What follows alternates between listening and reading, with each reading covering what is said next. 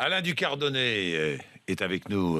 Bonjour Alain. Bonjour Jacques. Alain est médecin, cardiologue. Vous êtes cardiologue, ça tombe très bien. Vous êtes notre médecin maison, ça tombe très bien Alain, parce que nous allons revenir sur le premier cœur artificiel autonome qui a battu pendant 2 mois et demi.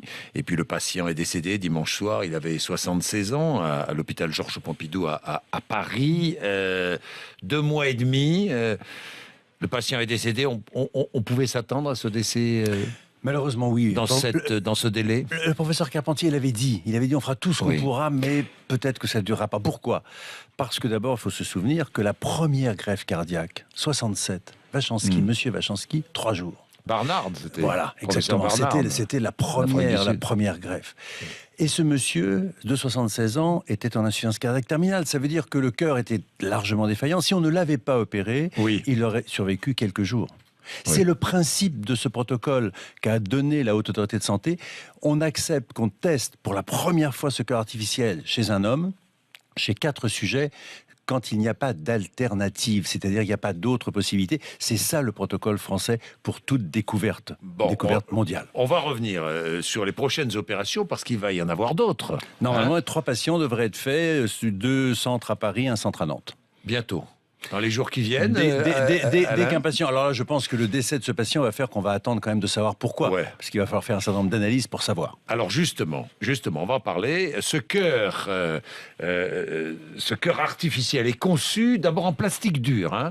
Dur comme du métal. C'est du plastique. Mais qui reproduit, ce cœur reproduit la physiologie du cœur naturel. C'est ça qui est fantastique. C'est que c'est la globalité du cœur qui a été reconstruite. C'est-à-dire que ce cœur se déforme comme un cœur normal. Ce cœur a des valves comme un cœur normal. Ce cœur s'adapte en fréquence cardiaque lorsque vous faites un effort et se ralentit si vous vous reposez. Donc il simule, il recrée totalement la dynamique d'un cœur. Et en plus, le patient est autonome puisque le cœur est implanté.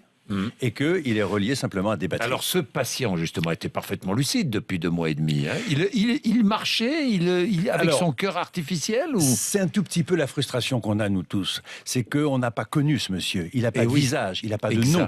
Et donc ça, c'est une vraie frustration. Mais le professeur Carpentier et son équipe voulaient absolument le protéger. Et sa famille souhaitait qu'il soit protégé.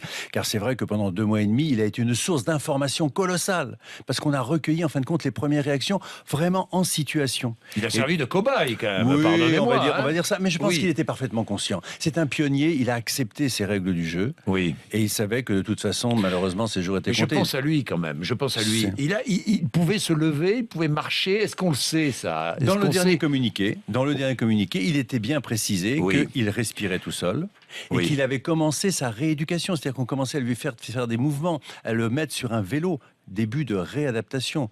Donc probablement qu'un événement intercurrent a malheureusement emporté ce monsieur, mais on avait franchi le cap de dire ce monsieur a un cœur et il vit. Alors moi, ce que je regrette un peu, c'est le manque de transparence quand même, Alain Ducardonnet. Vous aussi, j'imagine. Oui, on est très frustrés parce que on est frustrés de nombreuses fois on a demandé... Il est mort de quoi ? Mais on ne sait pas. On ne sait pas encore. Le cœur... Probablement pas, parce que c'est une machine qui marchait et qui, chez l'animal, a montré qu'il pouvait marcher des jours, des mois. Peut-être d'une complication pulmonaire, cérébrale, rénale. C'est en effet les analyses qu'on est en train de faire qui nous diront ça dans quelques jours. Bon, d'autres patients vont recevoir ce cœur artificiel. Comment sont choisis ces patients ? Bon, ils sont volontaires évidemment, mais... Le protocole est très simple. Il est déterminé encore une fois par les autorités de santé. C'est pour ça que ça a été accepté. Il faut que ce soit quelqu'un qui soit en insuffisance cardiaque terminale, donc vraiment le cœur qui n'en peut plus, et qu'il n'y ait pas d'alternative. C'est-à-dire que ce monsieur ne soit plus sur une liste de greffe cardiaque, n'est plus la nécessité, la possibilité d'avoir une assistance. Donc c'est vraiment la seule possibilité. Alors vous allez me dire, mais pourquoi est-ce qu'on ne prend pas des gens qui sont en meilleur état ? Mais parce que c'est le protocole habituel. Quand on veut tester une nouvelle technique, qu'on ne sait pas en fin de compte ce qu'elle deviendra, eh bien on considère qu'il faut ne pas avoir de perte de chance. Donc le patient doit ne pas avoir d'autres alternatives. Merci Alain Ducardonnet.